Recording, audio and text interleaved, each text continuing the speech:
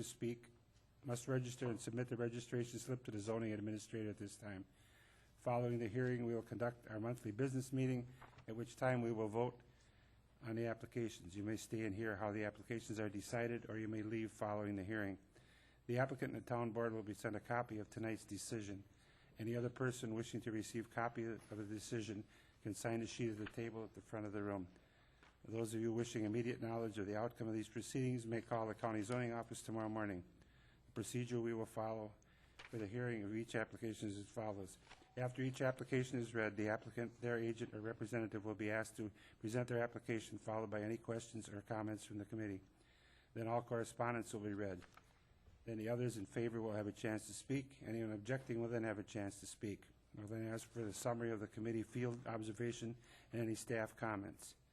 Finally, the applicant will be allowed a chance for a short rebuttal if they wish. Anyone wishing to speak should use the microphone, state their name, and direct their comments to the committee. Because of the number of applications tonight, I'm asking that all testimony be kept brief and to the point. The applicant will have 5 minutes to present information on their application other than questions from the committee. Anyone else wishing to speak should limit their testimony to 3 minutes, and any rebuttal by the applicant will also be limited to 3 minutes. If you are testifying as a nearby landowner, please tell us where your property is located relative to the subject's property. Tonight's hearing will be recorded, and a recording will become part of the record. Comments that are based on hearsay or secondhand information, as well as any slanderous or prejudicial remarks, will be ruled out of order. The committee has looked at all the properties, and a record will reflect these observations. Any person affected by an administrative decision of the committee has 10 days from the filing of tonight's decision to make an appeal. Such appeals are heard by the Board of Adjustments. Information and applications are available from the zoning office. The county assumes no liability and makes no warranty as to the legality of any construction commenced prior to the expiration of a 10-day period. I will now introduce the committee. To my left is Robert Wadel, Fred Gallerup, Donna Collada, our Corp Counsel Ruth Zowski. I'm Joe Piaski, and to my right is Terry Dopp-Hockstedt, Zoning Administrator. Our first application is a conditional use. Robert and Julie Decker, Wild Rose, Wisconsin, have made application for conditional use in accordance with sections 58-236 and 58-454 of the Waushara County Zoning Code to establish the animal-assisted therapy, education, and recreation area to include sleigh and carriage rides, horseback riding, nature trails, and a petting zoo in the AG General Ag Zone. Location approximate 28.350 acre parcel of land known as Lot 1, the certified survey map number 5703, being part of the west one half of the northwest one quarter, section 17, town of Saxville, County Road Double T. The applicant here, come forward.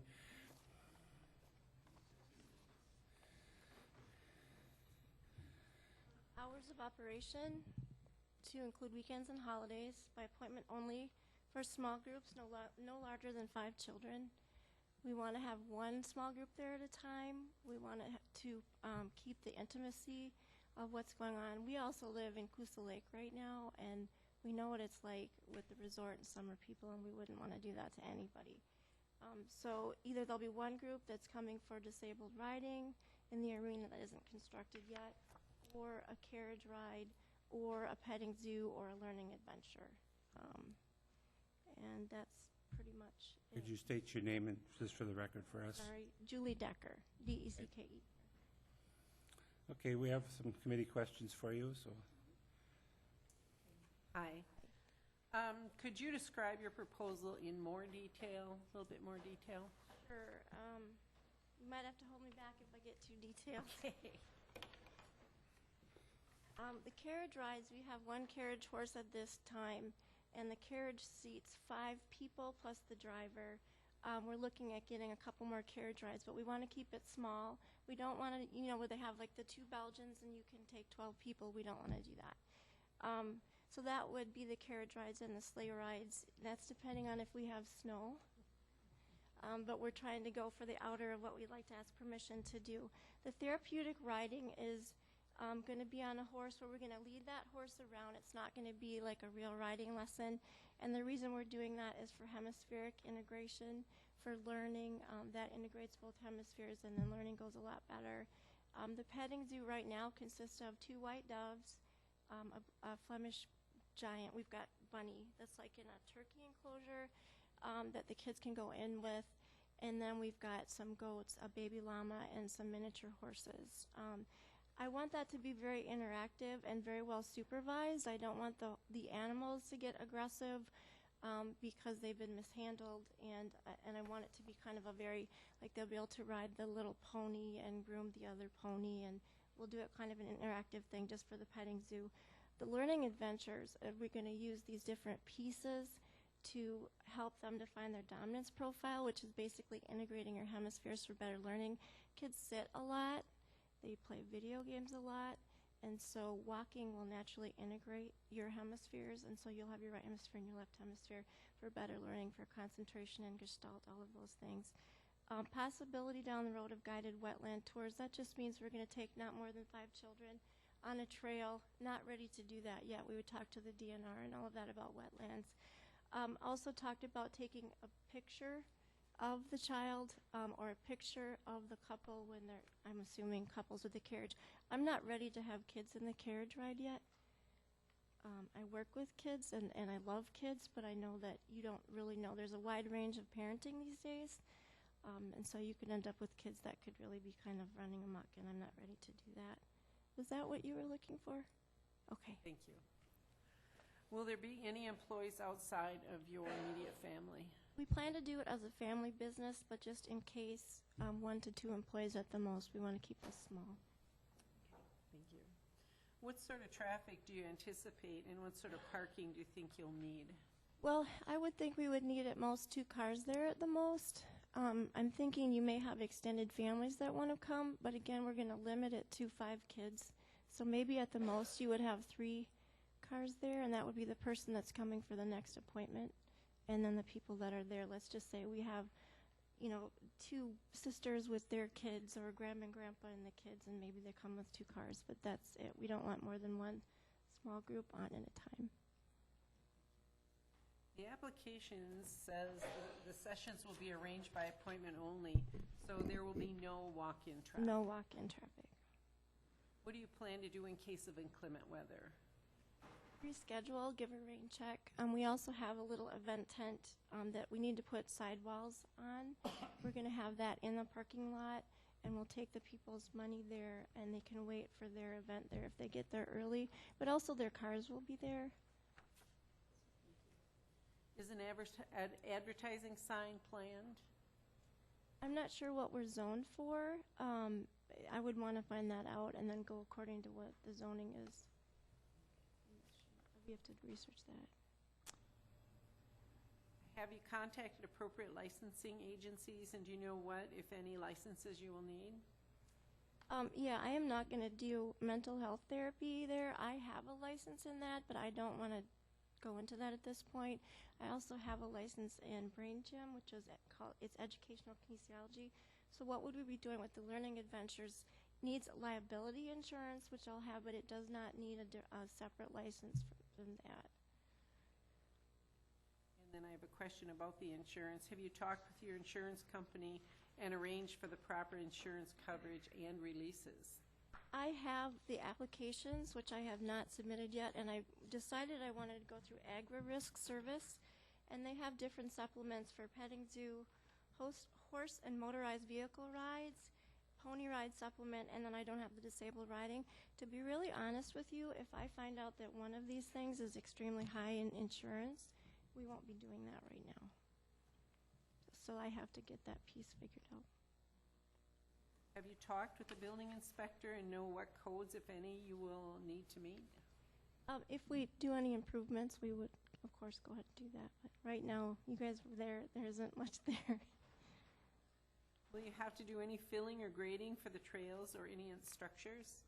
There's because it's wetlands, we have to be really careful on that. Some of the trail is unbuildable, and some of it may be on wetlands. I'm not sure. But there's some bumps there. So that might have to be leveled out, but we're not going to be doing, we can't backfill on the wetlands. Now, we do have a detailed map, and we did have somebody go out there that showed us where the wetlands were, so I know that's really important. What sort of sanitary facilities are you planning? We have a porta potty out there right now. I know when you have a petting zoo, sometimes there's an issue with hand washing. Will you have something available for that? We have the hand germicidal, and I wanted to have that at each station because that's, yeah. Are you planning on a new driveway? Not now. If eventually, if we put our house there, we would think about it at that point, but not now. Do you need a new fire number? We don't have a fire number, so we would need a fire number, yeah. Has there been a recent survey? Do you know the date of the survey? Would it be on? We had a wetland specialist come walk with us on the property and put flags up.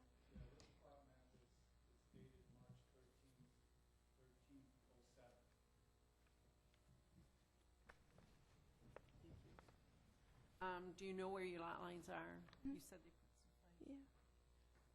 Yeah. And you said you know where the wetlands are on your property. You've already done that. Do you plan on any filling in the wetland areas? Yeah. If an approval is granted, when would you start operation? Our plan would be to call the insurance company and get that going, then call the resorter and get something in there. On the carriage rides, we want a little more time practicing. So that would maybe a month out. But the petting zoo, depending on the liability insurance and the resorter, let's see what we got in terms of people's response. Okay, thank you. Any other questions, anybody? I guess I just had one. You said something about having a limit to your group size. What number would you think would be I don't want manageable? any more than 5 children there at a time. And Plus their family plus their, yeah. around them?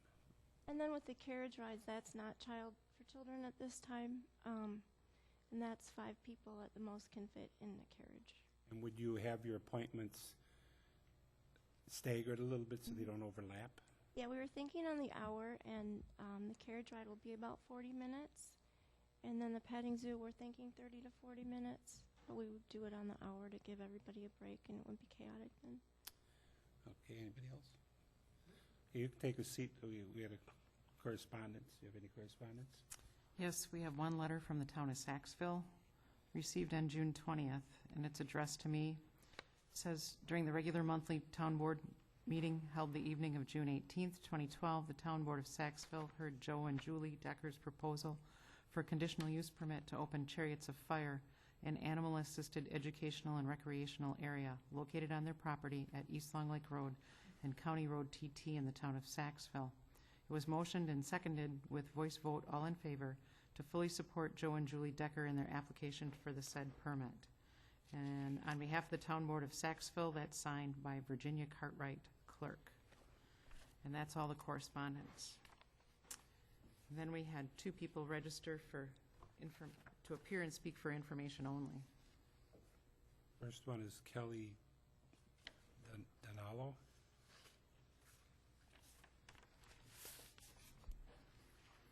Hello, my name is Kelly Donahoe, and I live at W4489 County Road TT. So the Decker's property runs alongside of me and completely along the back of my property. And the questions I had, and I had tried calling Julie, but I never got a return call. My concern is water for the animals. I don't know if they have water on the property, electricity on the property.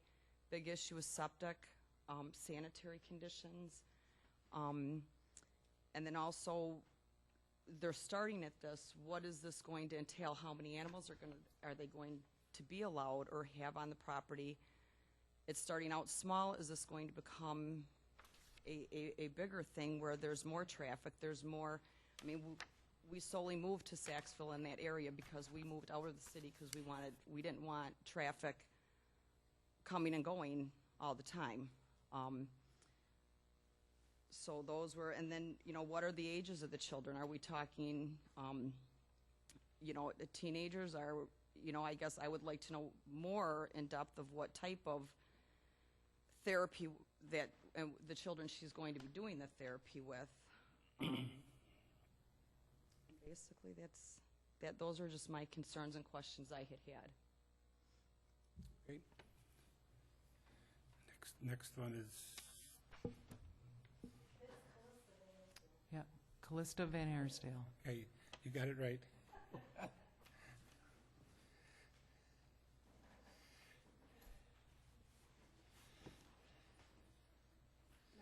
Callista Van Arsdale, and I live north of the property, and I live on the corner of East Long Lake and Double T.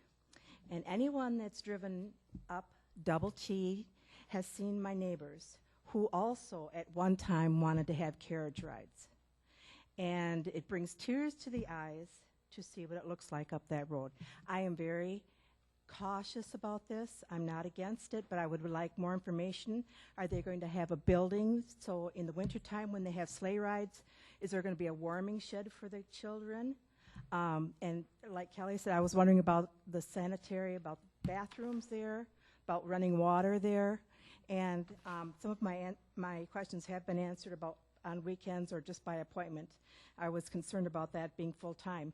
And she said something about 2 or 3 cars. Now, if the kids come with their parents and their grandparents maybe, if you have 5 kids, I would say that'd be 3 or 4 cars.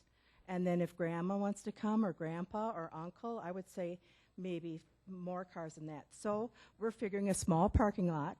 They have their pens up, and they do have some sheds there or things for the animals. But I'm wondering how many acres are they going to use for this carriage ride? I understand they have about 28 acres. Some of it's wetland. So I'm wondering just how big this carriage ride is going to be. I mean, it doesn't seem like there's going to be a whole lot of land left over for all these events. It just seems like it'll be kind of crowded, or I have no idea. I would like a little more information on how they're going to route these rides. They're going to be all the way around the property. So it's the first time that I've ever had anything near me. So I'd like to know a little bit more about that, seeing that I look on that every morning. So I'm very concerned that it doesn't turn out to be something like my neighbors. Thank you. Staff comments? For the record, the committee has previously been furnished with a copy of the site plan and all the other pertinent data for this and the other applications that they will be considering tonight. I'd like to explain a little bit about conditional use permits at this time. All defined zones have uses that are permitted outright. They could build a home here. They could have the animals.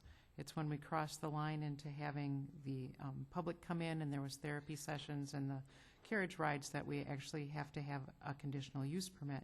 And conditional use permits are listed in the code too, and they're allowed provided that you put conditions on them to make sure that they stay in keeping with the surrounding area and other uses in the area. It's the landowner's responsibility to provide the information that shows the committee this use is still in keeping with the zone and area it is proposed for, and that the conditions placed on it will ensure it will be a good neighbor to the surrounding landowners. When the committee visited the property, they noted that adequate parking and sanitary facilities should be provided. They also noted that with a limited number of children visiting the site, the use should have a relatively low impact on the neighboring property owners. And if all other regulations are followed, the safety of the public should be ensured. And that's it for my comments.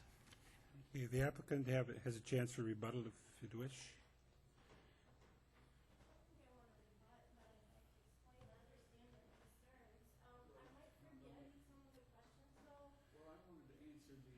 She had some technical questions, and that would probably be my forte. We have a sandpoint on the land. We've had it on the land ever since we owned it. So the water is provided for the horses through a generator. We don't have electricity on the property. The whole idea was to keep it primitive. You know, we've got a porta potty for the people coming in. We're not gonna have other buildings on the site, and there's plenty of water. You folks saw, we have 4 or 5 big tubs out there that are constantly full. The route for the carriage rides go around the outside, the east side of the front pasture. Our fence has got to be moved over about 10 feet. We'll run it along the side, across the middle, and then down the back side, which parallels the Donahoes, where she was mentioning. There's a trail that goes back there, and then we turn it around and we come back the other way. So I hope that answered the questions that she had about the technical side of that. And the warm, we're not going to have, it's primarily So the sleigh rides, it's not gonna be a bunch of children, but we're not planning a warming shed or anything like that. Trying to think of what else. In terms of groups of kids, it's not like I'm planning,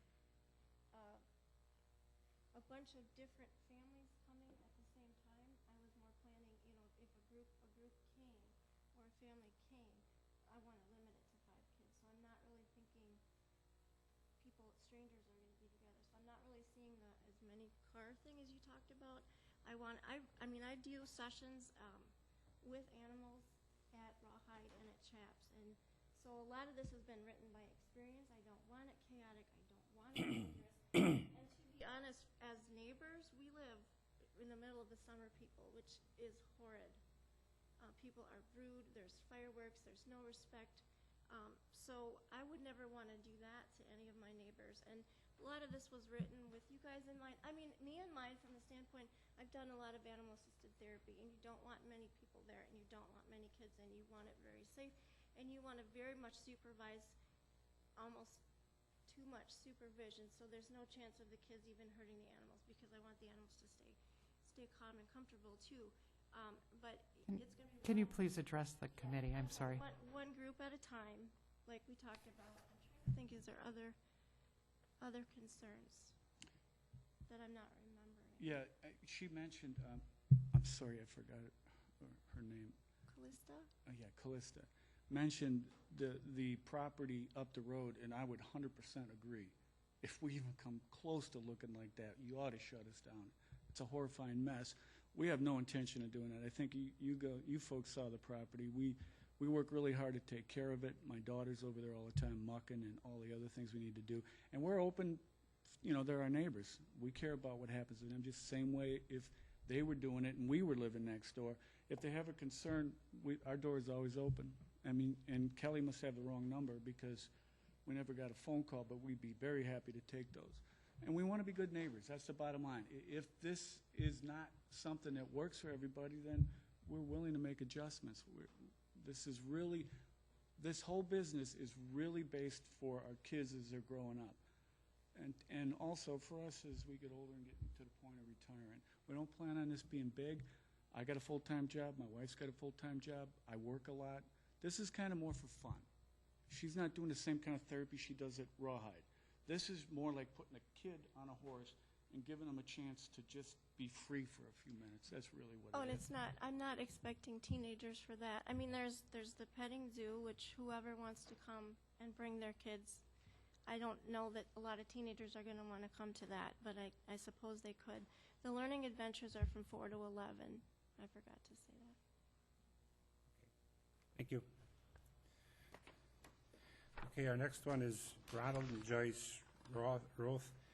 Fond du Lac have made an application for conditional use in accordance with section 58-236, parentheses 18, 58-454, parentheses 31, the Share County zoning code to store a 2003 Springdale fifth wheel travel trailer, 29 feet in length, in the AG3 general ag zone, and a 3-acre minimum within a shoreland area. The location is approximately 10.69-acre parcel of land known as Lot 4, certified survey map 3130, being part of the southeast quarter of the northeast one quarter of Section 8, Town of Richford, Schmedlock Creek, and 1965 9th Avenue.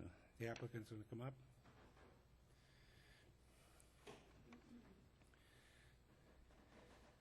Can you tell us a little bit about what you got going there? Okay, my name is Joyce Roth. This is my husband, Ron. We are the owners of a 10-acre parcel located in the township of Richford, and our address is N1965 9th Avenue.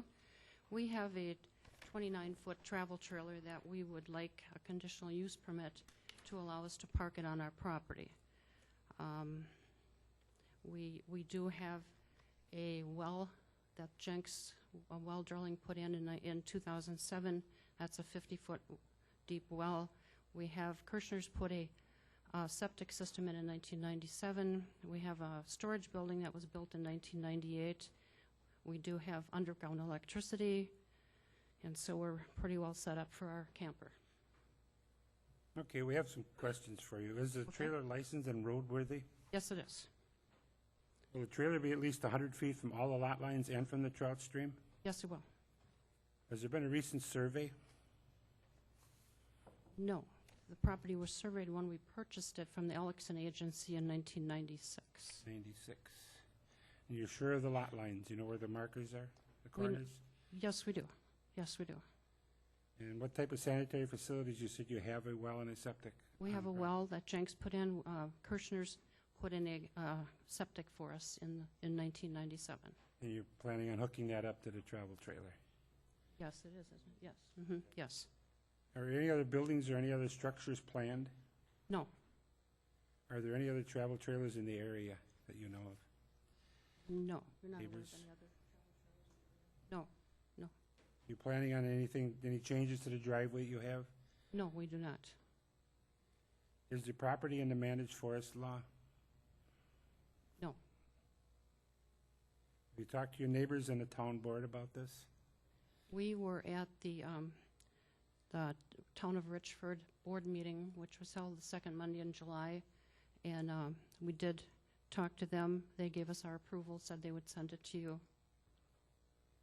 And you do have a property address number by the road, fire number? Yes, and 1965. The fire number is out by the road, yes. And the trailer is already parked on the site? Yes, it is. Anybody have any other questions? Okay, you can take a seat. Thank you. Any correspondence? Yes, we have 2 emails, actually.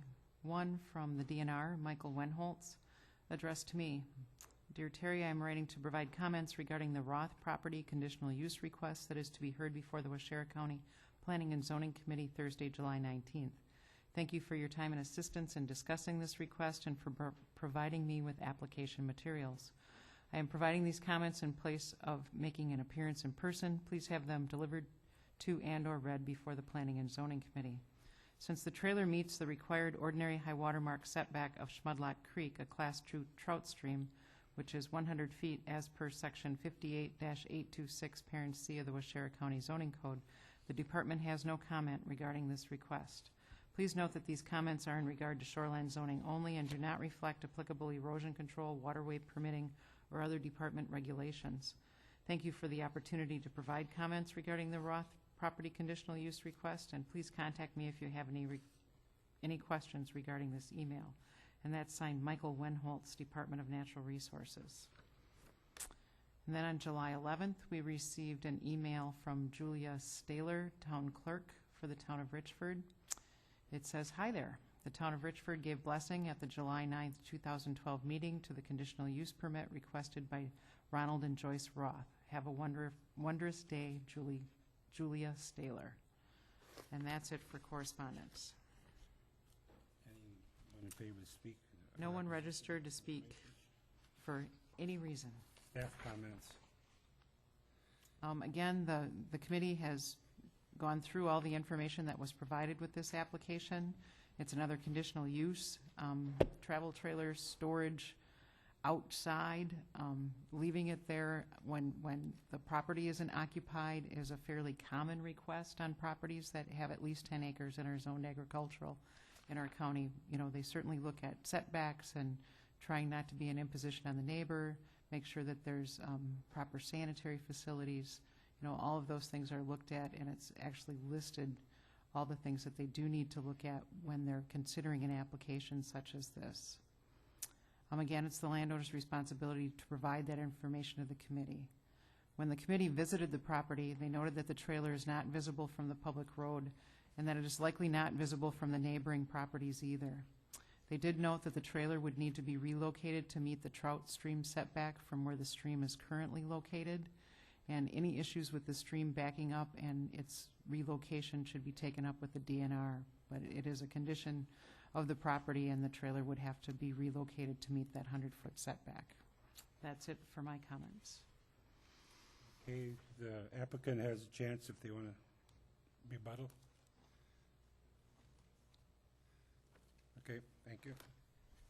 Next one is a zone change. Asylum Bay Farms LLC, Oshkosh, Wisconsin, has made application for a zone change in accordance with section 58-131 through 138 and 58-454, parentheses 28 of the Waushara County Zoning Code from RS 20 single-family residential to AG general agricultural to conditionally establish a roadside stand for the sale of products and fish from associated aquaponics operation. An approximate .0937 acre parcel of land known as Lot 1 of the certified survey map number 2644 being part of the northwest one quarter of the southwest one quarter, section 7, Poisippi County Road H. Applicant here. Blow their head off. Would you tell us give us your name and then tell us a little bit more about the operation? My name is David Clabo. I'm with Asylum Bay Farms. I'm here with my partner, Wiley Spell that for records. C-L-A-B-A-U-L-T. Just like it sounds. I'm here with my partner, Wiley McCrary, and we are starting, as the application stated, an aquaponic farm. Just to, in case somebody's not familiar with that, an aquaponic farm is a hybrid between aquaculture, or growing fish, and a hydroponic farm, or growing plant crops in a soilless environment. I'm sure you've all seen hydroponic tomatoes and whatnot in supermarkets. We currently own 2 parcels. The back lot, which is multiple acres, about 7, I believe, is zoned agricultural already. The front lot is zoned residential, and we'd like to make the whole thing agricultural. This will benefit us in 2 ways. Number one, it will enable us to put our facility closer to the road. We're planning on starting with 1 greenhouse and potential of expanding to further greenhouses in the future. But the first one will be closer to the road, more visible, and enable us to have a roadside stand for selling mostly our produce, not so much the fish. By far, the biggest crop is produce, plant produce. And so therefore, in order to have a stand, we have to have agricultural zoning there. And also, if the fish are considered livestock, which I understand is kind of nebulous, then we'd have to be ag for that as well. Any other questions that I can go into for you? Hey, we have some committee questions for you. Sure. Good evening. Hi. For my own satisfaction, what kind of fish are you going to have in that? We're going to start with tilapia. The reason for that is because they're relatively bulletproof. And while we're learning the ropes a little bit, we can afford to make a few more mistakes. Down the road, we'd kind of like to switch over to perch, since there's a lot more call for that.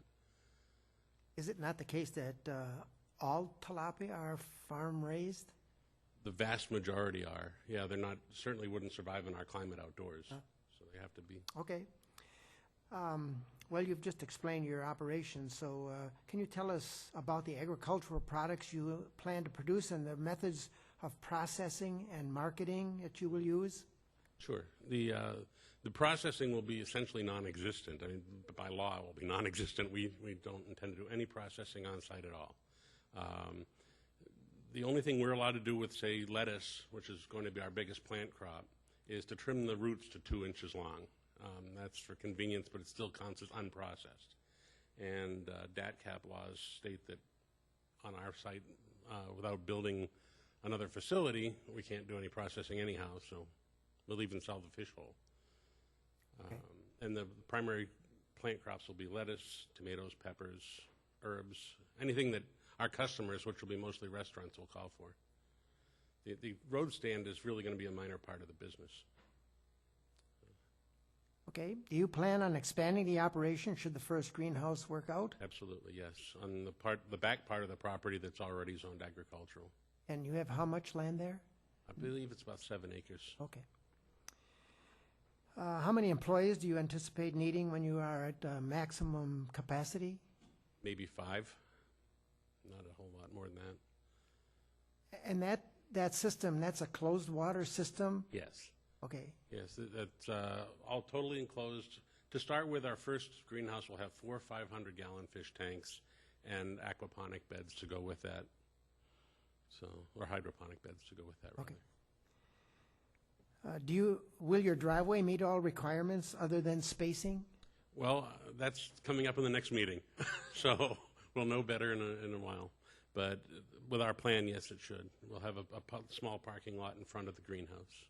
Okay. Are there any similar operations in the area? There's a couple other fish farms that are growing perch, but they're pure fish farms. They're not aquaponic. Okay. And Montello is the company that we're planning to purchase the system from, and they're specialists in aquaponics. Okay, so they've got experience that will lead you in the right direction. Absolutely, yeah. I've necessarily. already taken a seminar with them. They're very good at what they do. Okay. This will basically be an indoor farming operation with a roadside stand for retail sales, but the bulk of your product is intended for wholesale. Is that correct? Yeah, so for restaurant sales, yes. Vegetables and fish are the main products? Yes. Mhm. But you mentioned primarily vegetables. Yes, the fish are actually, it doesn't take that many fish to provide enough waste to fertilize the plants. So you're really kind of plant heavy in this operation. Okay, vegetables and fish are the main products. I guess we've been there.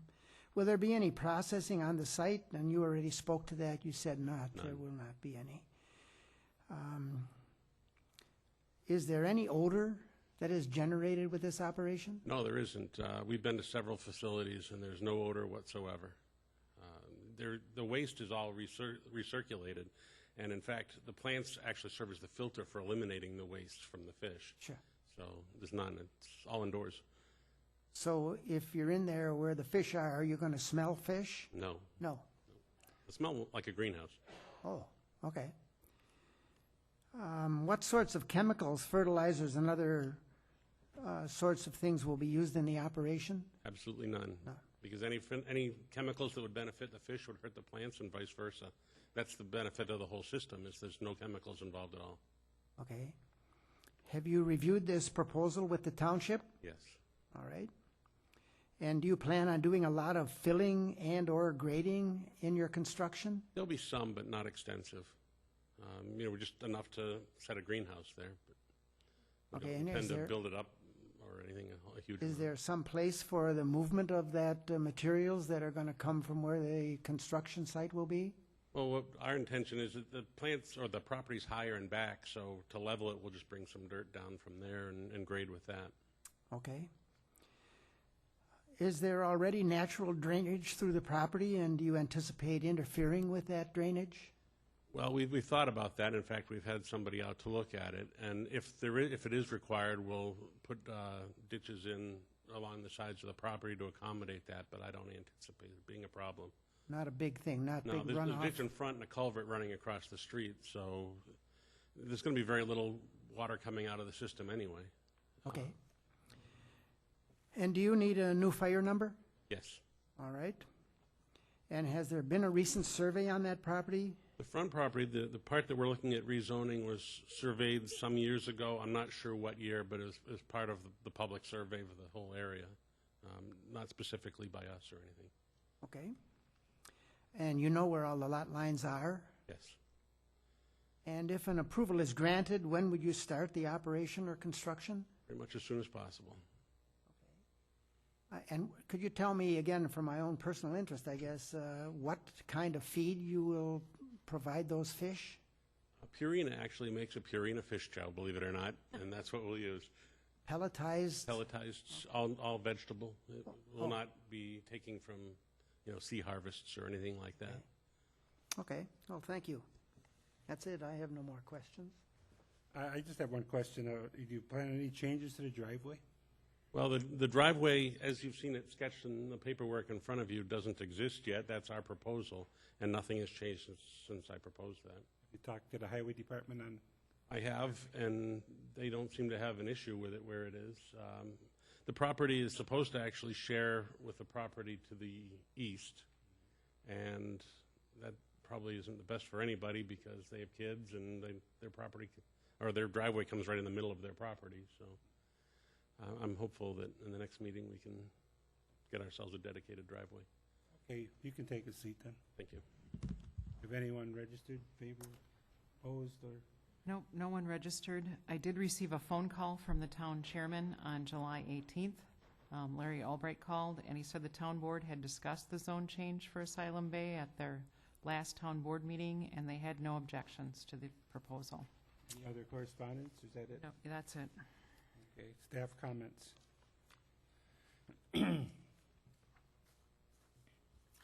Once again, the committee has been furnished with a copy of the site plan and all the other data for this application and the other zone change that they're going to be hearing tonight. And they also visited all the properties. I don't think I mentioned that before, but they actually go and look at the property and see where it's physically located.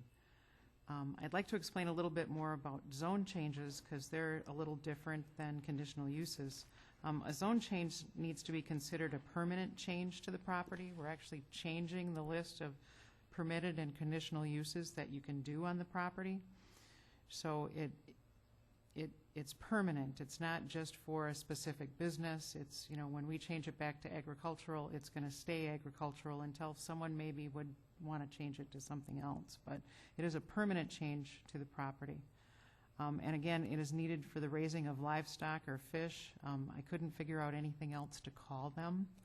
And no one's asked that before, so that was kind of interesting. And to establish the roadside stand, that's specifically listed as a conditional use in the ag zone. Because of its permanency, a zone change has a little bit more of a rigorous routine that it goes through, and it must pass 3 different boards. First, it's the Planning and Zoning Committee, following tonight's public hearing when they take all the testimony and, you know, review all the applicant's materials.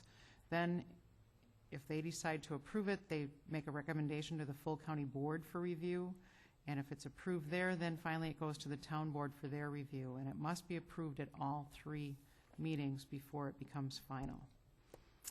When the committee visited this property, they noted the lands to the west and the south are all zoned agricultural and have some sort of farming going on, even though it wasn't super green when we were out there. Adequate parking should be provided, you know, if you're going to have employees and the roadside stand. And the traffic is certainly slower there near the village of Poisippi. As a matter of fact, the highway commissioner told me that they did a study and it's slower than the speed limit there. I found that kind of interesting, but it is so close to the village. So that's it for my comments. Okay, the applicant, you have a chance or any rebuttal if you want? Okay. Move on to our next one. Zone change for Brent and Cheryl Clausen. Coloma have made an application for zone change in accordance with section 58-131 through 138 and 58-664 parentheses 3, Waushara County zoning code from an AG general agricultural zone to a CG general commercial to expand the operation of existing entertainment facilities utilizing an existing barn for food service and entertainment, 12 by 18 shed for retail gift shop and display, 30 by 40 and a 16 by 38 machine shed for vehicle displays, a 20 by 30 pony barn with a fenced-in yard, a 24 by 12 candy store, and a 16 by 12 foot deck for the retail gift shop and display, and an existing 28 by 56 building for displays, assembly, and performances. Location of approximately 250 feet east and west along the road by 475 feet north and south, with an approximate 185 by 185 foot section on the northeast for the parking, or approximately 3.3 acres on the west side of an existing 19.5 acre parcel known as Lot 1, Certified Survey Map number 2451, being part of the Southwest 1 Quarter, Section 28, Town of Coloma, W13412, County Road C. The applicant here?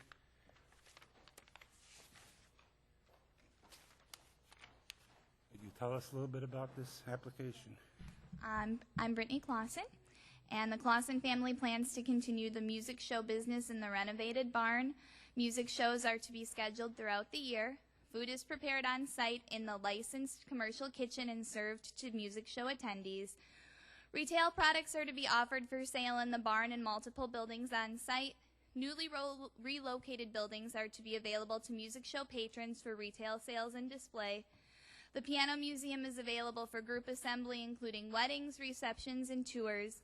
Multiple buildings on site house antique cars and farm machinery for viewing by the public. Multiple farm use buildings on site are used for storage and are not available to the public. Any questions? Yes, we have some questions. How many people on average attend one of your performances? 100. Okay. What is the maximum capacity of your barn theater? 100. How many people do you anticipate you will employ outside of the immediate family at peak times? Right now, we have 10 members in the cast. 4 of those are family. The remaining 6 are not. And the kitchen runs anywhere from 5 to 7 employees, depending on the amount of guests. What sort of traffic will there be on the road, and what sort of parking will you need to accompany this? Not probably anything more than what we already provide. Are you planning any additional signs? Not right now that I'm aware of.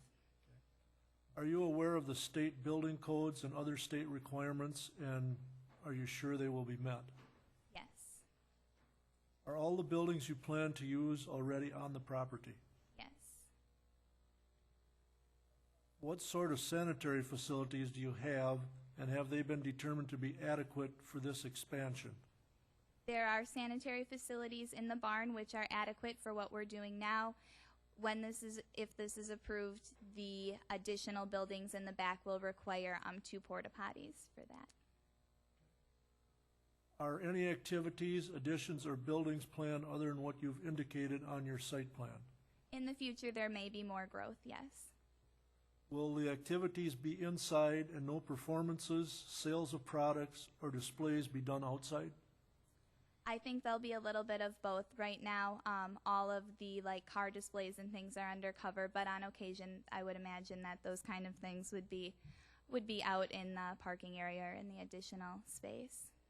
Are you planning on any new driveways? Not right now. Do you have all of the licenses and inspections that are needed for the food service you are offering? Yes. Have you complied with the directives of the fire marshal? Yes. Have you had inspections of all the structures that are used by the public from a commercial building inspector?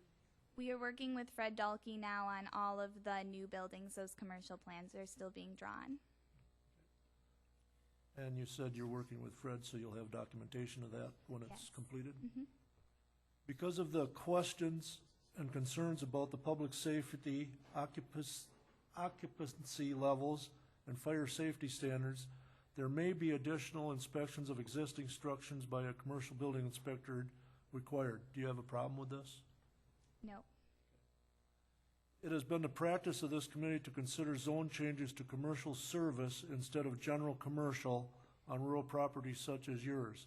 It provides a better level of protection in keeping the area in keeping with its rural surroundings and less like the downtown area of a village or city. Do you have any objection to amending this application to CS? We went for the CG zoning so that we would not have to go through a zone change again if we did choose to expand further. And we also felt that the commercial service zone had conditions for retail sales, office space, and studios, which is all things that we are using or planning on doing. So we wanted that to be a permitted use instead of a conditional use. Do you need a separate fire number for the barn or the entertainment No. area? Okay. Has there been a recent survey and do you know where your lot lines are? We do know where the lot lines are. Everything is fenced as per was one of the requirements from the conditional use, I believe, in 2003. And I was supplied with a survey from the zoning office that's dated 1991. If an approval is granted, when would the new operations be complete and open to the public? As soon as the commercial building requirements are met. Okay, that's all the questions we have. Anybody else have any other questions? Okay, do we have anyone to speak or? No ask one information? registered to speak? Need staff comments. Nope, I do have one Okay, one email. letter, one Sorry, letter. I have one email Correspondence. from Steve Dobrat, who is from the Department of Safety and Professional Services. And it says, since I am not a resident of Waushara County and have no involvement or authority in regulating zoning matters, I don't feel it is appropriate for me to comment on the application.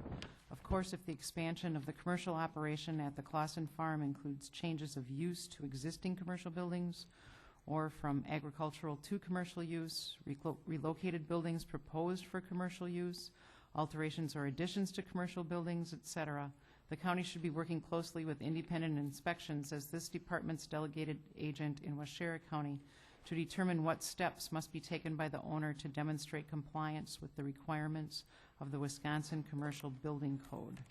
And that's signed with regard Steve Dobrantz, professional engineer and section chief from the Department of Safety and Professional Services. And that's it for correspondence, and no one registered. Staff comments. Again, the committees looked through all the materials that were provided by the applicant. They visited to the property. And it's another zone change that is a permanent change to the property and allows very different permitted and conditional uses from the AG or general agricultural zoning that exists here now. The use on this property started out with a conditional use permit back in 2001. That permit was expanded with a second conditional use permit in 2003. Obviously, this is successful, and everyone's happy about that. But as it's expanded, it's certainly gone beyond the scope of the original conditional use permit. And that second approval was clear that expansions beyond that scope would necessitate a zone change to a commercial zoning designation. That's the reason we are here tonight. At the time that the initial approvals were given by this committee, it was the applicant's responsibility to contact the state building inspector and make sure that commercial codes were met and the proper commercial inspections were done. Unfortunately, it appears that the records regarding inspections of the barn by the state are either non-existent or lacking in detail.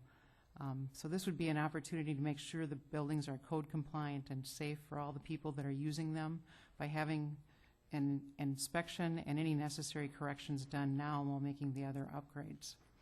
As I had discussed with the last application, zone changes are much more permanent than a conditional use permit and would allow other commercial uses should the current operation fail or change management.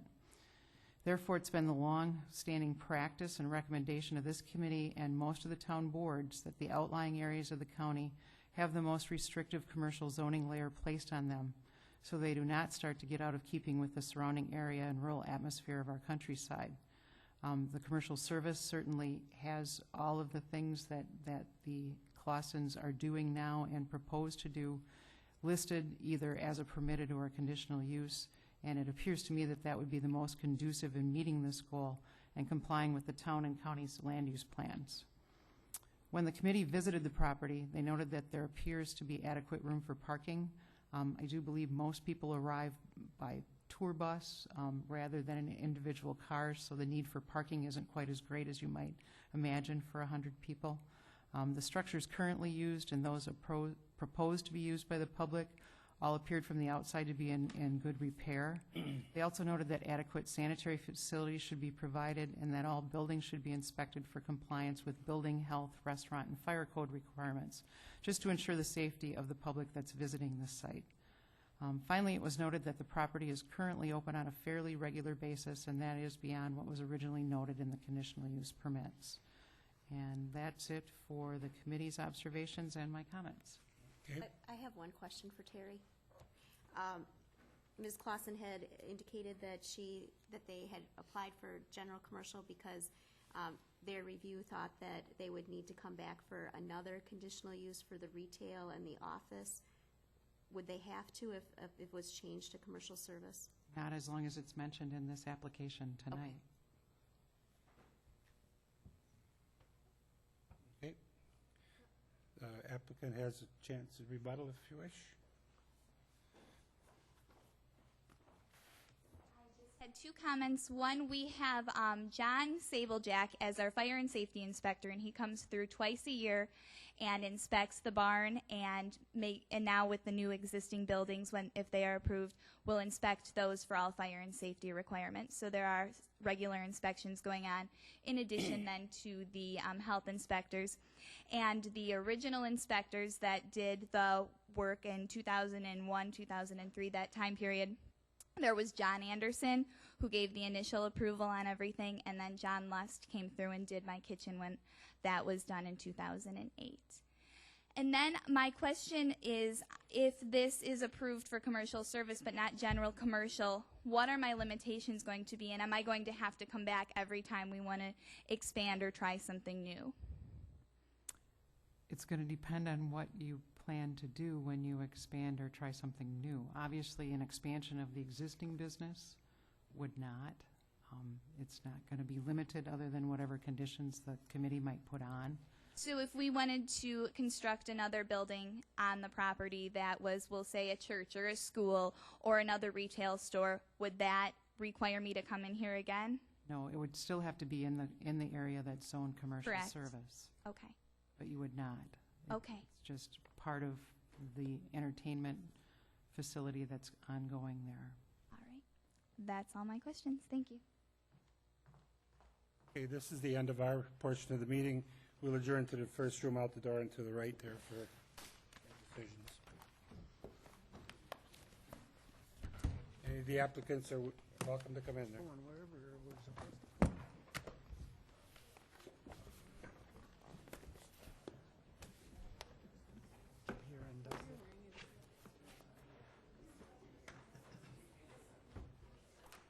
Where do I go?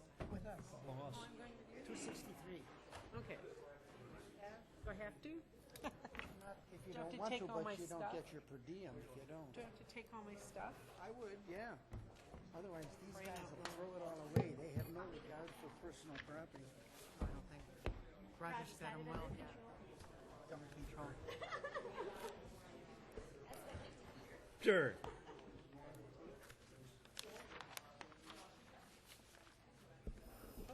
You waiting for me, sir? Thank you.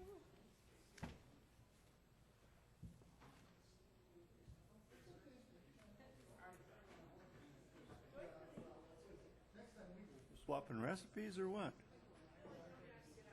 Okay.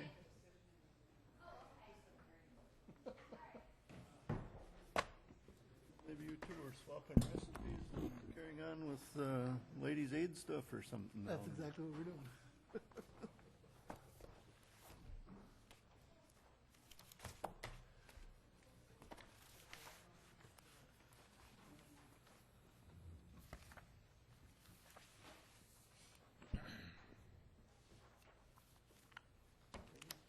I'm ready. What you- Born ready. Call this meeting, Waushara County Board of Adjustments to order. This meeting will be conducted in the same manner as the applications heard by the Planning and Zoning Committee. Please remember to keep your comments brief and relative to the matter at hand. The same time limits will apply as testimony, which is 5 minutes for the applicant, outside of committee questions, and 3 minutes for other testimony, including any rebuttal by the applicant. Anyone other than the applicant or representative wishing to speak at this hearing must have registered.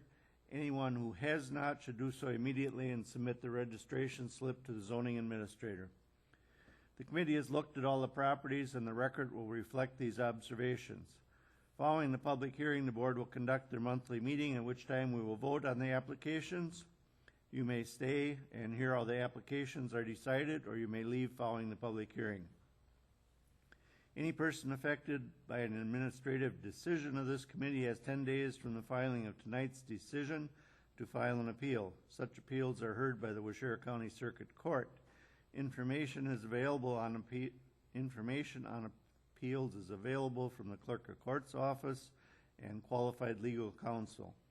The county assumes no liability and makes no warranty as to the legality of any construction commenced prior to the expiration of this 30-day period. I'll introduce the rest of the committee. To my left are Larry Tim, John Benz, Mark Schumacher, and George Wilson. My name is Roger Wagner. Guess we need to update. Yeah, I see that. It'll change again. It will. First variance to be considered tonight, Glenn and Sally Lundy, Waukesha, Wisconsin, made an application for variance in accordance with section 58-235, paragraph 1, paragraph E of the Waushara County Zoning Code to construct a 10 by 16 single-story addition with a 10 by 16 screen porch and a 12 by 20 deck, improvements exceeding maintenance and repair allowed on an existing non-conforming single-family dwelling, non-conforming due to side lot setback in the RS20 zone, single-family residential within the shoreline area.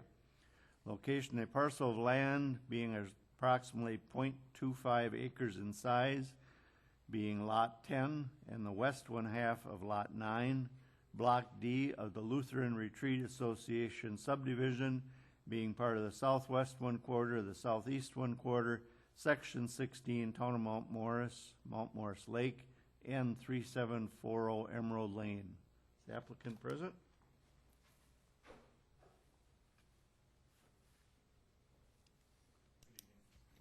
Would you state your name for the record? Glenn Lundy, Okay. Mount Morris. Anything Well, in addition to add at this time? no, I think you've received all the information, and you got the survey, which was done in May, and you Okay. inspected the lot.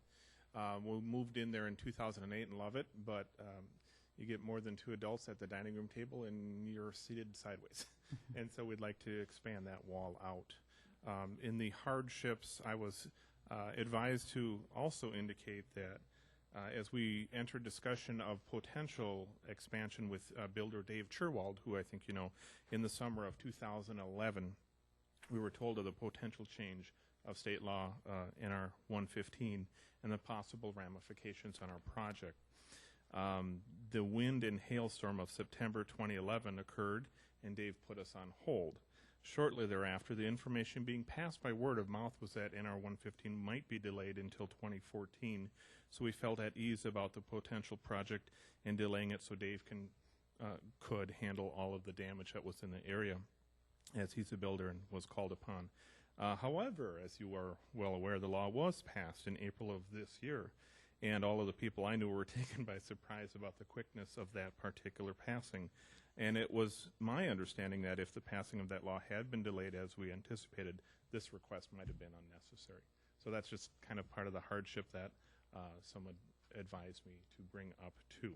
But other than that, I think you've received all the documents.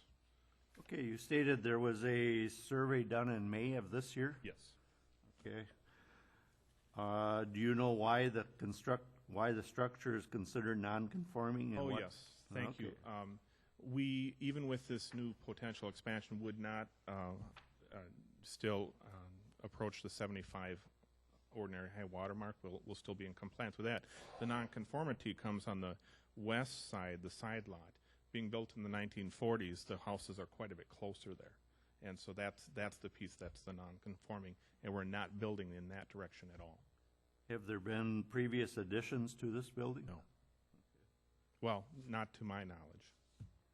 Okay, has the builder determined the structure is sound and capable of supporting the additions as proposed? Yes. How will you deal with stormwater and erosion control?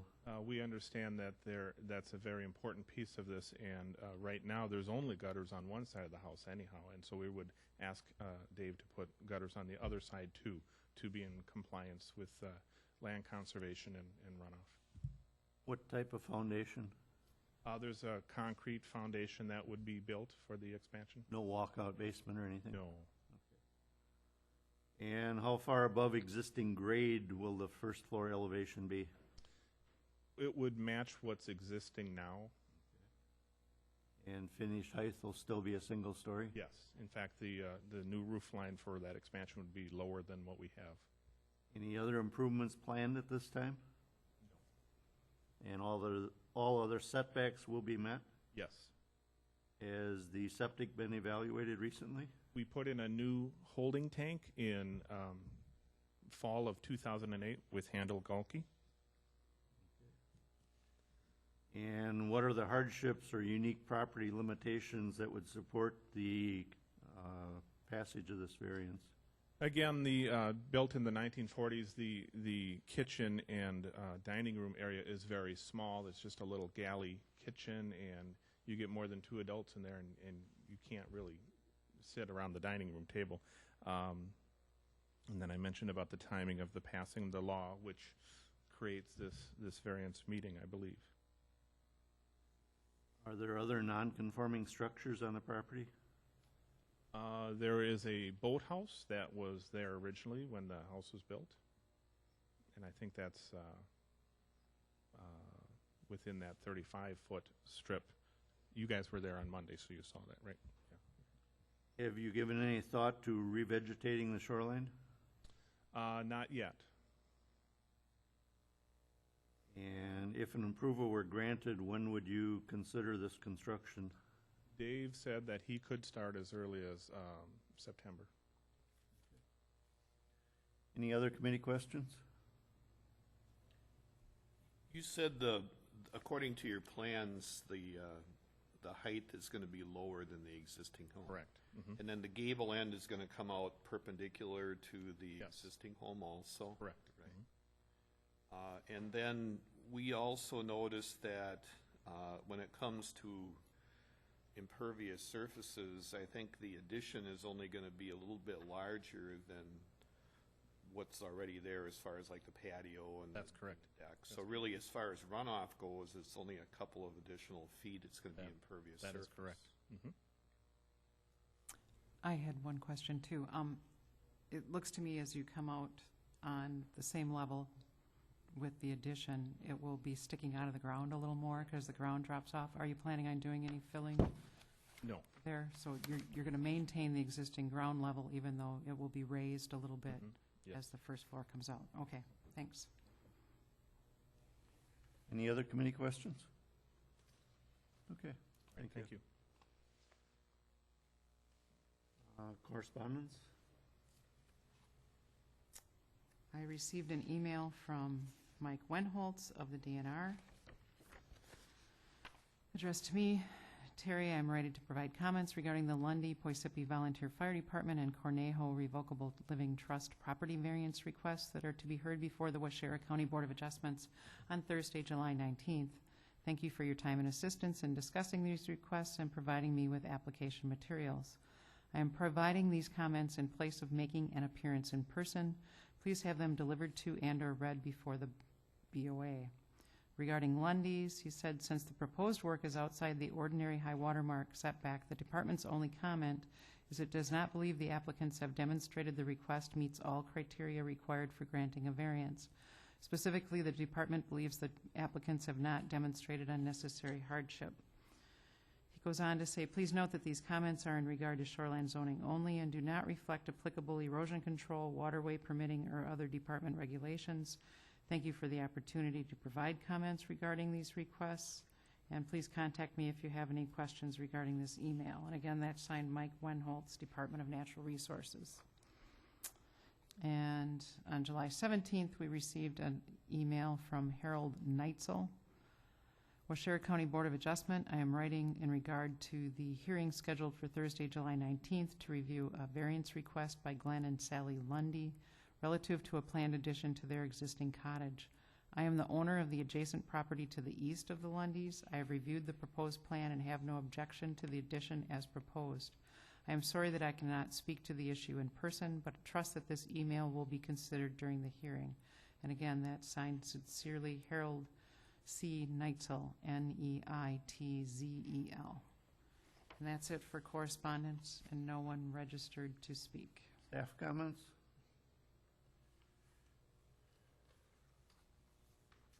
Once again, for the record, this board has been previously furnished with a copy of the site plan and all the other pertinent data for this and the other applications that they will be considering tonight. And they did visit the properties and viewed the proposals and their location physically on site. This time I'd like to explain a little bit about variances. You guys are probably starting to feel like you're going to a zoning primer if I keep talking, but they are a little different. Variances ask for a relaxation of a dimensional standard in the code. The decision to grant a variance must be backed by substantive reasons, which include an unnecessary hardship as being caused by the code requirement. There are unique limitations on the property that prevent the landowner from meeting the required dimensional standards. And finally, if the variance is granted, that no harm will be done to the public interest or the zoning code. It is the applicant's responsibility to present the case and provide the burden of proof as to why the variance should be granted. The personal situation of the applicant, a financial hardship, or nearby violations cannot be considered as valid reasons to grant a variance. When the board visited the property, they noted that the impervious surface area will not increase much over what is there now, and that the boathouse is non-conforming, the boathouse is conforming, except for the side yard setback and its size, but it is currently used for storage only. So we would not allow a boathouse of quite that size today, and it would have to be set back a little further from the side yard, but it met the water setback. That's it for my comments. Okay. Next variance to be considered, Poisippi Volunteer Fire Department, Poisippi, Wisconsin, has made an application for variance in accordance with section 58-232, paragraph 6, and 58-826, paragraph B and E of the Washara County Zoning Code to construct a 30 by 80 open pavilion with 1 foot of within 1 foot of the easterly side lot line, 7.5 foot required, and to relocate a 50 by 5 foot barbecue pit with a new 12 by 50 roof within 1 foot of the easterly side lot line, 7.5 foot required, and to within 34 feet of center line of Lincoln Street, 63 foot required, and to within the visual clearance of Lincoln and Center Street, 150 foot visual clearance setback required in the CC Community Commercial Zone within the shoreland area. Location, a parcel of land consisting of the west 1/2 of Lot 3 and all of Lots 4, 5, 6, and 7, Block 22 of the Village of Tustin, including Lots 1 and 2 of Certified Survey Map number 2236, except the east 33 feet, all being part of the south 1/2, northeast 1/4, section 36, Town of Bloomfield, W218 Main Street.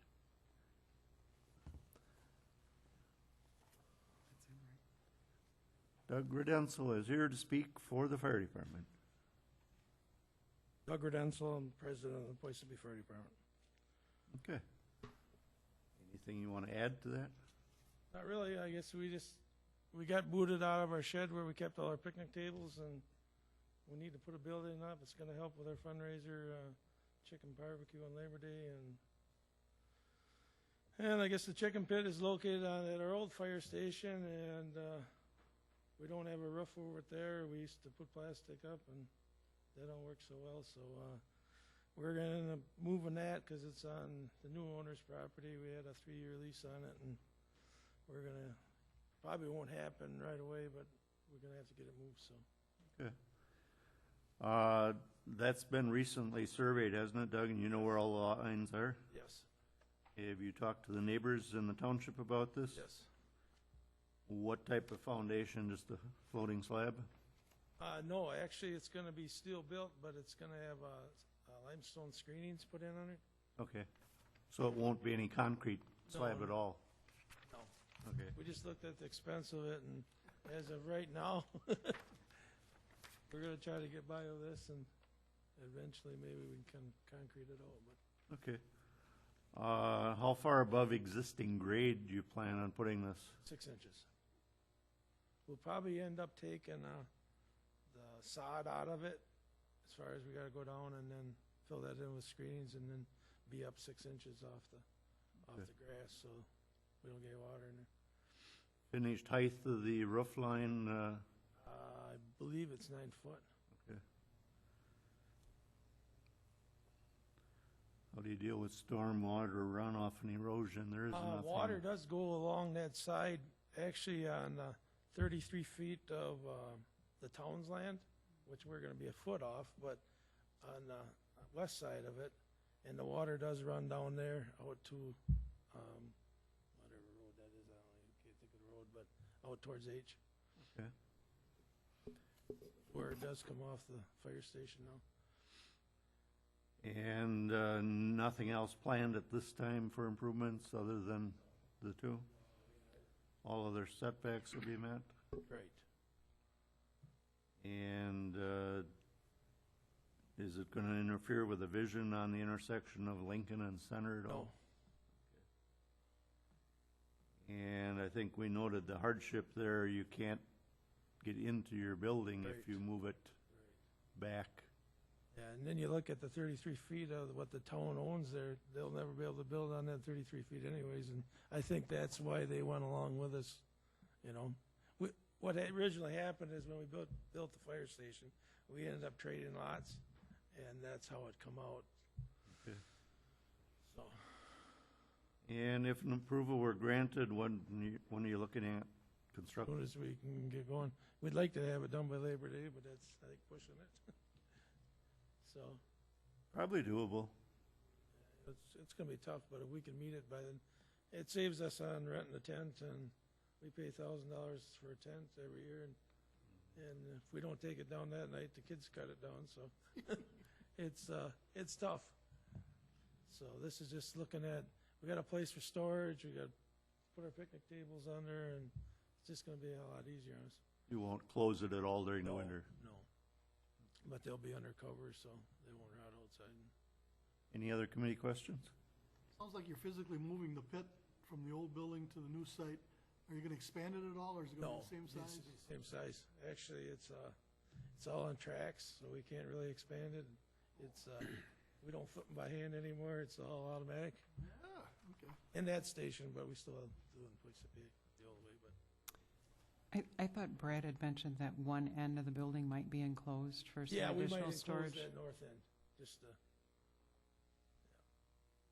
But the roof over the barbecue pit, that's just gonna be a roof that's all open, so it'd be it, just about like a shelter house, but right. just to keep the rain off. It'll probably be open on the top, so when the smoke comes in there, it comes out the top and not back around. So that's not gonna obstruct vision or No, anything no. either, so, okay.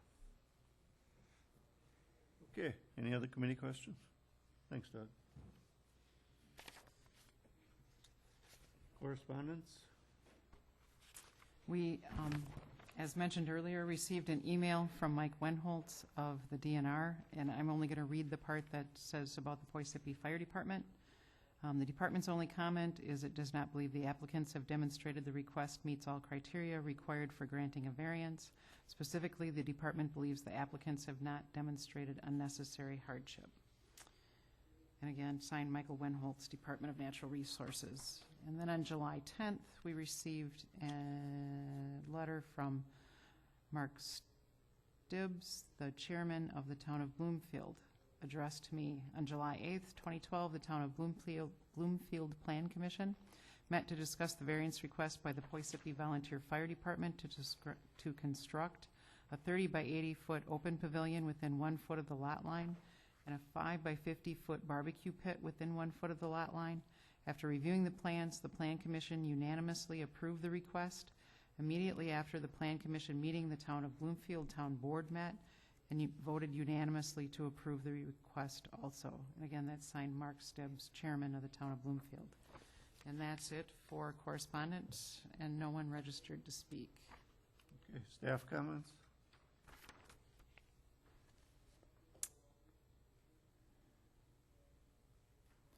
This is another variance. This one's a little different in that we have roads on 3 sides, and so we have some road setbacks. We have that town strip of property that we're going close to. And then we have something called the visual clearance, where we, at intersections, we do try to keep things open just for safety purposes. So this one's a little different. It's not quite as clear that it's just asking for a relaxation of a dimensional standard. When the board visited the property, they noted that the location of the fire station and its accesses precludes moving the pavilion or barbecue pit, really can't talk, or barbecue pit further from the east lot line or Center Street, and that the open nature of the structures would not obstruct vision at the intersection. And that's it for my comments. Okay, the next one to be considered, Cornavo Revocable Living Trust, Greenfield, Wisconsin, made an application for variance in accordance with section 58-232, paragraph 6 of the Wishara County Zoning Code to construct a 24 by 36 single-story detached garage coming to within 5.5 feet of the westerly side lot line, 7.5 foot setback required in the RS20 zone within the shoreland area. Location, a parcel of land known as Lot 10 of Norquest Fish Subdivision, being part of the northwest one quarter of the northwest one quarter, section 13, Town of Hancock, Fish Lake, N4050 Forest Drive. Is the applicant present?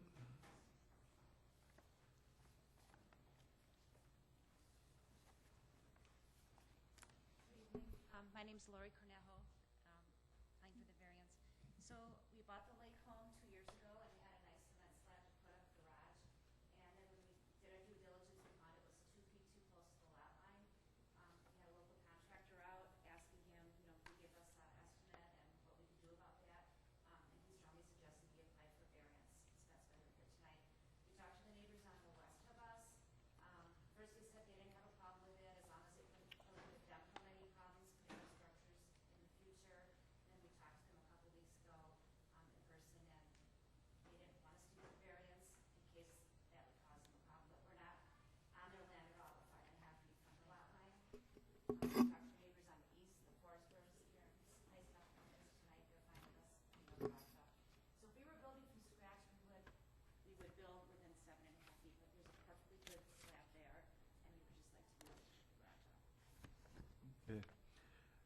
Has there been a recent survey out there? Are you sure of the lot lines? Yeah, we found the survey stakes and, we marked them with red, and then we gave you any surveys we had. Okay. My name is Rudy Cornejo, and I think we did provide you with a survey, but there is one that's current. Okay. And you're sure of the lot lines then? Yeah. Can you explain just briefly how we got to this point? Yeah, well, because we want to put up a garage, and if there's a slab there, and it's perfectly good, so we'd like to use it. Okay. So if we wanted to use it at 7.5 feet, we'd have to break out 2 feet, and then I understand that it's thicker around the outside, so then we have to put in new footings, so that side would be able to hold up the wall. Contractor was under the impression that, I mean, it was a good slab to use, and it would, just didn't seem right to have to bust it out and mess up the existing vegetation and so forth, to make all these changes that, for 2 feet. But we know that we're not in compliance with the zoning regulations as they stand today. Had we started from scratch, we wouldn't have had a problem. So we're just trying to see if we can have a leniency to use what's there already rather than have to start over again. Are you sure the existing slab and foundation are in sound shape and will support a garage that you propose? Yes, the contractor looked at it and said, and that's why he had suggested strongly to see if we could possibly use it rather than have to start over again. You plan on doing any filling or grading there? No, everything is graded already to the existing slab, so we wouldn't have to make any disturbances to the existing vegetation at all, which would be nice, so that we are not disturbing anything that's there already. And what will be the finished height? Be a single-story garage? Right, we were going to look at what the zoning requirements are, and first we wanted to come through this procedure first to see what our options would be. Any other improvements planned at this time? None at all. We were looking to retire here in about 5 years, and so we needed a garage, so we're going to build one, and we're just hoping we could take advantage of what's there already rather than starting over. All other setbacks will be met except the side lot? Yes. And has the septic system been evaluated recently? Yes, and it was just recently cleaned, just this spring here, a month ago. They came and inspected, and it was cleaned out. Have you considered any other options out there? Well, we know that if we can't use the existing slab, then we're going to have to just, see what other options there are, but at this time, no. So we're hoping that we would pursue this option first. What's the hardship and the unique property limitations that would support this variance? Well, and we have some pictures, but right now, the lots are so narrow as they are, and where the lot is, or slab is positioned right now, if we were to have to move it over, the driveway to get in is very narrow. So it's either, So you can drive the driveway through down to like a carport that's next to the house. So if we move the slab over, we wouldn't be able to drive through there anymore, or we have to break out the concrete. Because you have to build on the side of the concrete. Was there a structure there at one time? I think the history from what I know is that there might have been some discrepancies in the lot line. It was put in, and I thought they were going to put it in, but it might have been financial circumstances as to why it was never built. And then eventually, I think because of the not meeting the zoning requirements, I think, people have tried and applied, but I think they never really went for a variance and or, proceeded to try and build anything. And if an approval were granted, when would you start this construction? We have talked with the contractor, so I guess we were going to just work with him, so depending on his availability, but would probably try and start and get it done before the end of the year. Any other committee questions? So that slab is 24 by 36, correct?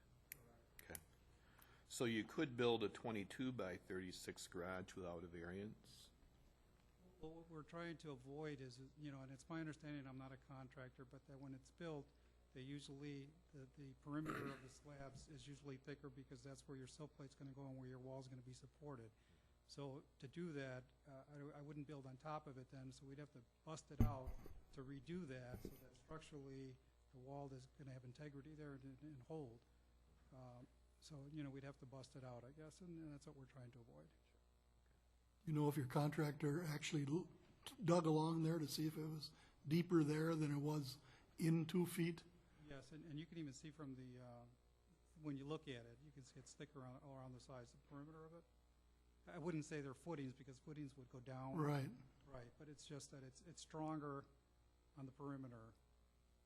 Because you could actually still build a 24 by 36, just add 2 feet on the driveway side, and have your garage doors face the road, so you wouldn't have to get a car down to the carport or the cottage.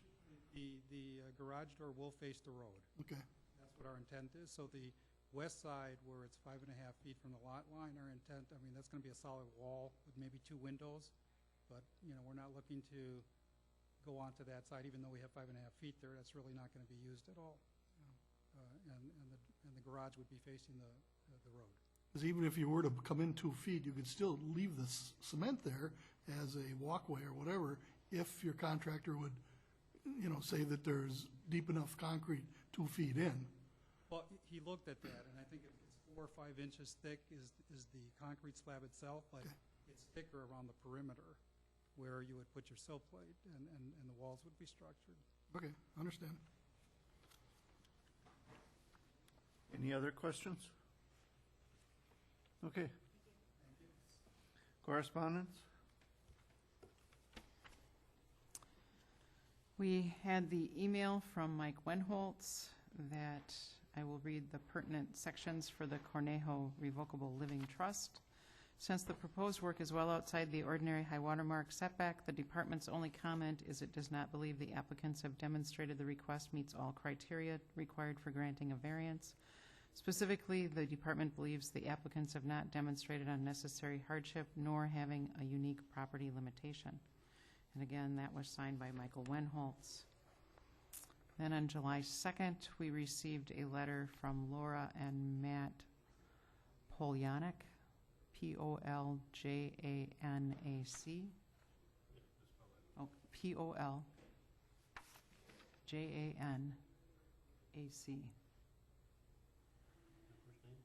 Laura and Matt. Okay, sorry. Poljanics. And this letter was addressed to me, and it says, I'm writing regarding a zoning variance request that will go before the committee on 7/19 regarding the following property: Cornejo Revocable Living Trust, N4050 Forest Drive, Hancock, Wisconsin. We are landowners at N4054 Forest Drive, Hancock, Wisconsin, and the variance request is to build a garage on an existing concrete slab that is too close to our property line. We are writing to object to the variance request due to the close proximity to our property and future improvements we intend to make on our property. We are familiar with the concrete slab in question, as my parents have owned property in the vicinity for over 40 years, and multiple owners of the above property at N4050 Forest Drive have not built on the concrete slab because it was put in the wrong place. This concrete slab has been on the property for many years due to the situation.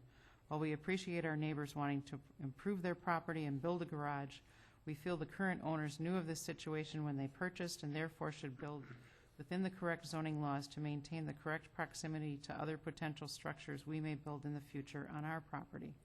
Thank you for the consideration of our objection when reviewing the variance request. And again, that was signed sincerely, Laura and Matt Poljanek. And on June 12th, we received an email from Mike Forsberg that says, we, Michael and Karen Forsberg at N4040 Forest Drive, Hancock, have no objection for Rudy and Lori Cornejo to build a garage on their property at N4050 Forest Drive, Hancock. We understand it would be 5.5 feet from the lot line. That's it for correspondence. Okay, we have registered to speak in opposition. Tricia New.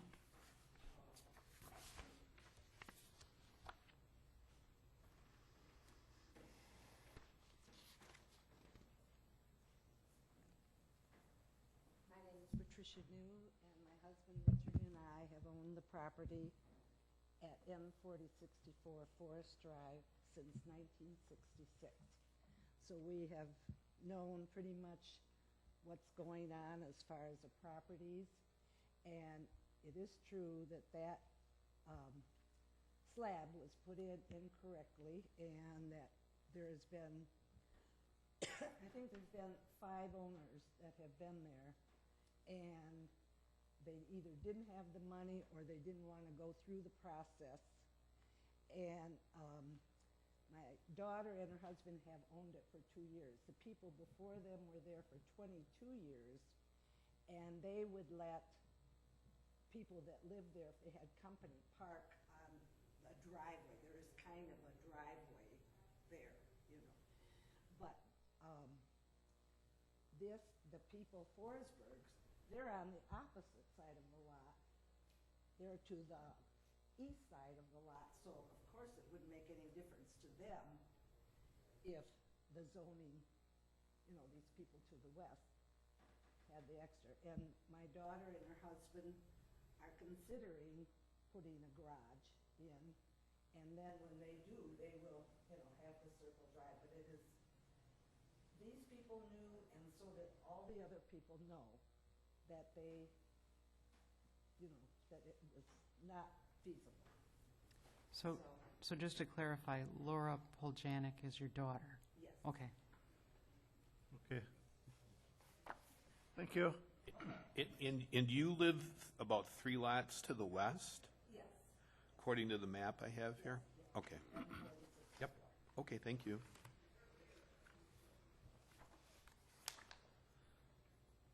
The applicant, Say one more thing. Sorry about this. But my daughter and her husband, they have no animosity towards these people. In fact, when they put in a new well, the well digger had to come in and they asked if Laura and Matt would take a few trees down, which they did. So they are trying to be good about the things. thank you. The applicant have anything in rebuttal? Did we get Wait, staff no. comments yet? Let's check. Can you wait just a minute? I don't have a lot to say, but I probably should say it. Another variance request. This one's pretty simple, to build on the existing slab, and it is located too close to the side lot line. Remember, it is the applicant's responsibility to present the case and provide the burden of proof as to why the variance should be granted. And we do need to meet those reasons where there's an unnecessary hardship or it's unnecessarily burdensome to meet the code requirement. There are unique property limitations on the property, and that no harm would be done to the public interest. When the board visited the property, they noted that no real unique property features seem to exist here, and that other building plans could be pursued that meet applicable setbacks. And that's it for my comments. I have a question for Terry.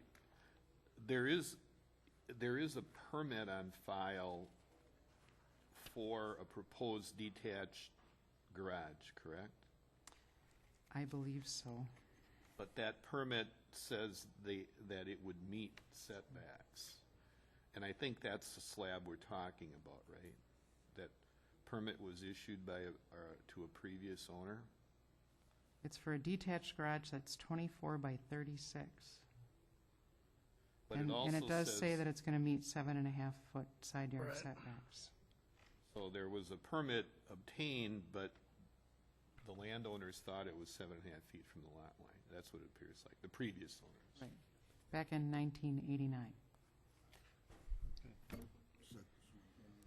The applicant have anything in rebuttal? Oh, I meant the on-site for that. So just to clear up, when we bought the place, we thought that the garage, that we could build it. We didn't want it too close to the lot line, and we had the paperwork that there was a permit and that it was 8 feet from the lot line. We did our due diligence and found out where the lot line was. And that's how we got to this line.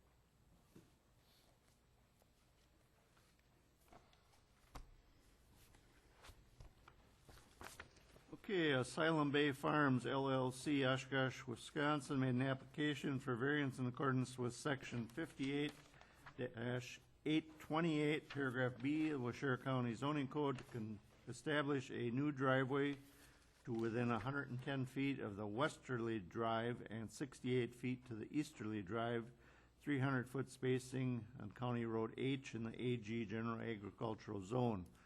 Location an approximate .973 acre parcel of land known as Lot 1 of Certified Survey Map number 2644, being part of the northwest one quarter, the southwest one quarter, Section 7, Town of Poisippi, County Road H.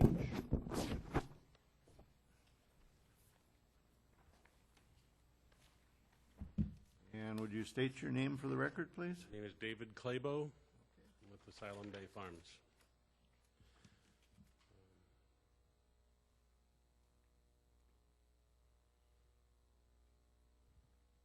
Would you like me to make a statement or? Sure. As you read, we are trying to start a business on the site, and currently the requirement for this property is it share a driveway with the property to the east of it, which is a residential property, and they have children and whatnot, and whereas the driveway enters in the center of their property, it doesn't seem practical or desirable to have our business traffic, although it won't be terribly heavy, going through their front yard. We'd have to, put a jog in their driveway, and so we thought it'd be safer, more convenient, and easier for everybody concerned to put the driveway on our own property. Okay.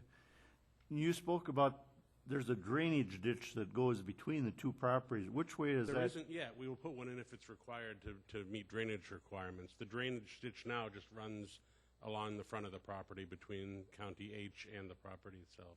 Actually, it did look like there was a depressional area in between your property and the property to the east. There's even a very slight one to the west, but it's deeper on the. More than I did. There's a bit of a swale there. Is there a culvert that takes water across the road then? Under the road, yeah. There Under is. the road near you? It's right in front of our property. Okay. For that reason, the reason we've proposed that the driveway be on the east side of the property rather than the west is because that's where the culvert is. Okay. Okay. I think we've heard probably your comments with the zoning committee, so instead of repeating those, I'll just have some general questions for you. Right. Has there been a recent survey out there? Not in the last couple of years, but there is the official survey that was done several years ago. Okay. And you're sure of the lot lines, though? Yes. Okay. And you've talked to the town and the county about this? Correct. And their response was? No problems as far as they're concerned. Have they indicated whether a culvert's going to be needed there? They haven't, but I would anticipate that it would, and we'll put it in. Concern that we have, is there going to be ample room for parking out in front? Yes, we're putting a lot in front of the building as well as the driveway. And there'll be enough for turnaround so nobody's backing out onto the highway? Right.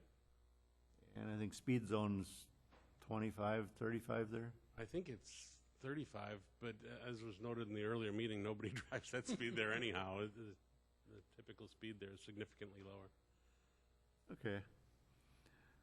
And the hardships that you stated and the unique property limitations would be that this shared driveway just is not feasible with the Yeah, it's not residential practical. neighbor. Yeah. Any other committee questions at this time? According to your site plan, you're putting the driveway to the east of the proposed greenhouse, and that would leave room for parking to the west between the greenhouse and the highway, correct? I was a little confused by this because I thought that this lot was sharing a driveway with the lot in the back. No. But the split was between this lot and Jorgensen's old house To the east. And I'm trying to figure out why the surveyor ever believed the joint driveway would have ever worked there, because, I mean, it just doesn't make any sense to me for some reason, so. But, I mean, that's not your fault, but. I think they've just, it wasn't really developed, so I think they've gone through the ditch for years and. Sure. Yeah, there isn't even a fire number yet, so. Yeah, we did. Yeah, I do regularly now. So. And you will need a fire number there, yeah, okay. Okay, that's all. You can have a seat. Thank you. Correspondence? I have an email that I received from Tom Dalkey, the County Highway Commissioner.